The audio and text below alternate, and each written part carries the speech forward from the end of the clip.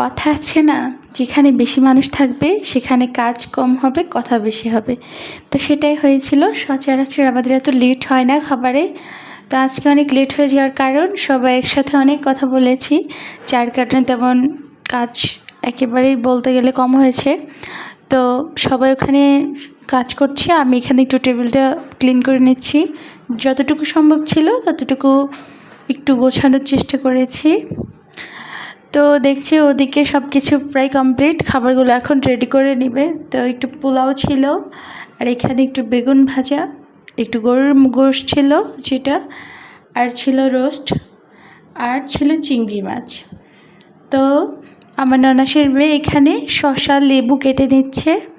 যাই হোক, সালাদটা অবশ্যই থাকবেই।